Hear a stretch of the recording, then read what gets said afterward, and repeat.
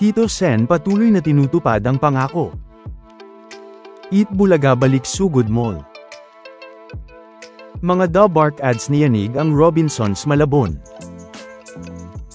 Isa na naman ngang pasabog ang nangyari sa Eat Bulaga ngayong Miyerkules, April 15, 2026, dahil gaya nga ng inaasahan, ay muling nang nagbalik ang pagsugod ng Eat Bulaga at mga Dabark ads sa Mall Lamig, o ang pagsugod ng Eat Bulaga sa mall, sa Sugod Mall mga kapatid.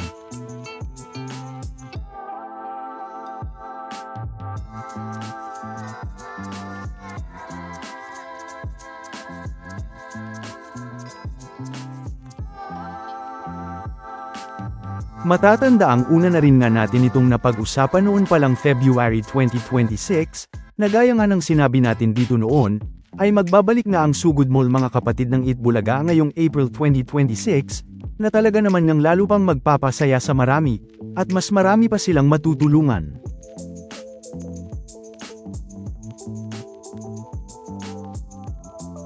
Na matatanda ang unang ang inanunsyo ni Bossing sa segment na Sugod Bahay ng Eat Bulaga ang pagbabalik nito noong April 14, 2026, na ayon na kay Bossing, ay dahil nga sa patuloy ang pag-init ng panahon, ay muli ngang magbabalik ang Sugod Mall mga kapatid, para dito naman magpalamig ang Eat Bulaga at mga Dabark ads, at magbigay din ng tulong at saya sa mga Dabark ads natin dito.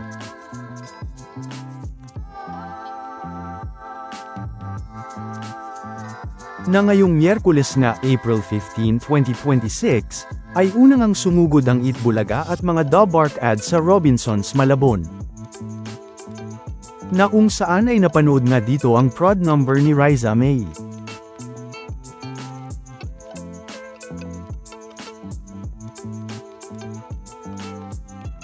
At ganun na rin ni Yul.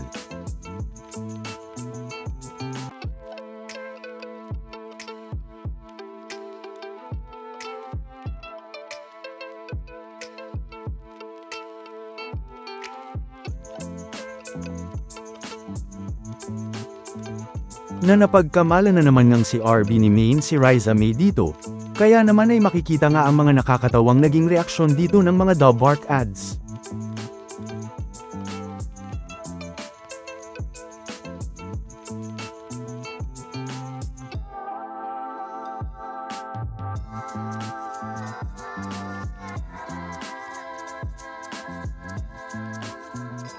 Dagdag pa nga dito ni Riza na siya daw si RD, o Riza Dizon.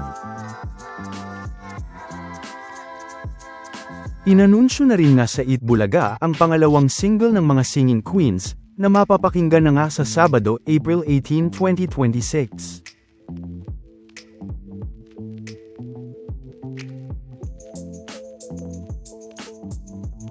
Hindi nga lang yan, dahil dapat din nga nating abangan ang iba pang mga mall na masusugod ng Eat Bulaga at mga Dabark ads sa mga susunod na mga araw.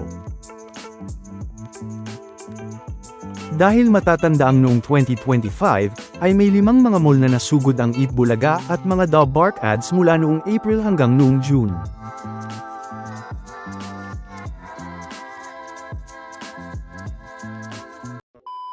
Welcome back mga ka-highlights! Bago tayo magpatuloy ay maaaring mag-subscribe at i-click ang notification bell para updated kayo sa mga susunod pang videos, at paki-like na rin ang video, share at mag-comment na rin. Maraming salamat po. Gaya na nga lang noong April 25 hanggang May 6, 2025, na kung saan ay sumugod ang mga Dabark ads sa Fisher Mall Malabon. Noong May 7 hanggang May 13, 2025 naman, ay sa Fisher Mall Quezon Avenue naman sumugod ang Eat Bulaga at mga Dabark ads. Sa Robinsons Dasmariñas Cavite naman sumugod ang Eat Bulaga at mga Dabark ads, noong May 14 hanggang May 20, 2025. At noong May 21 hanggang May 28, 2025 naman, ay sa Robinsons Novaliches naman sumugod ang Eat Bulaga at mga Dabark ads. At nangyari naman ang huling pagsugod mall ng Eat Bulaga at mga Dabark ads noong May 29 hanggang June 3, 2025, sa Robinsons Imus Cavite. Kaya naman kung titignan nga, at kung ito ang pagbabasehan, ay ilang buwan magpapasaya ang Eat Bulaga at mga Dabark ads sa mall, mula April hanggang June, kaya naman, ay asahan na nga nating aabot din ng Sugod Mall mga kapatid ng Eat Bulaga hanggang June 2026. Na talaga namang ngayon pa nga lang ay kaabang-abang na, hindi lang kung saang mall susugod ang Eat Bulaga, kundi kung sino-sino din ang mga makakasama nating mga Dabark ads dito para magpasaya at magbigay ng tulong.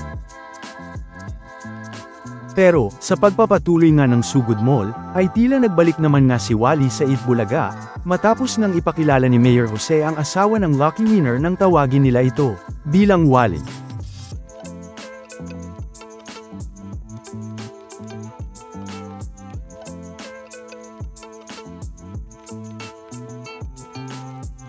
Kaya naman ay shinout out na rin nga ng mga Dabark ads dito si Wally.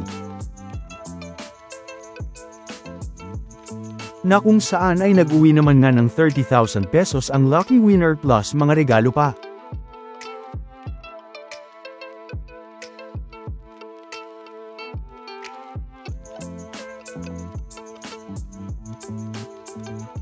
Samantala, patuloy pa rin nga sa pagtupad si Tito Sen sa kanyang pangako, patungkol nga sa paggamit nito ng kanyang sweldo sa Senado para sa mga kabataan na gustong makatapos ng pag-aaral. Na matatandaang noong May 13, 2025 pa lang, ay ayon sa interview ni Tito Sen, ay inaasikaso na nga niya ito kaagad noong May 13, 2025 pa lang. At matatandaang noong August 2025 naman nga, ay agad na dinonate ni Tito Sen ang kanyang 2 buwang sweldo, para itulong sa pag-aaral ng mga estudyante, gaya nga ng pangako niya noon.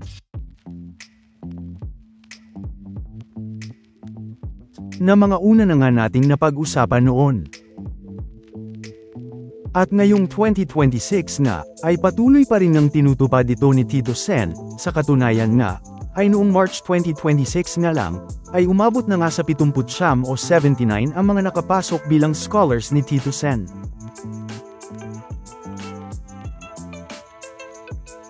At madadagdagan pa nga yan, dahil bukod nga sa 79 na scholars na ni Tito Sen, ay patuloy pa rin nga sa pag-screening si Tito Sen sa iba pang mga application, para madagdagan pa nga ang bilang ng mga ito.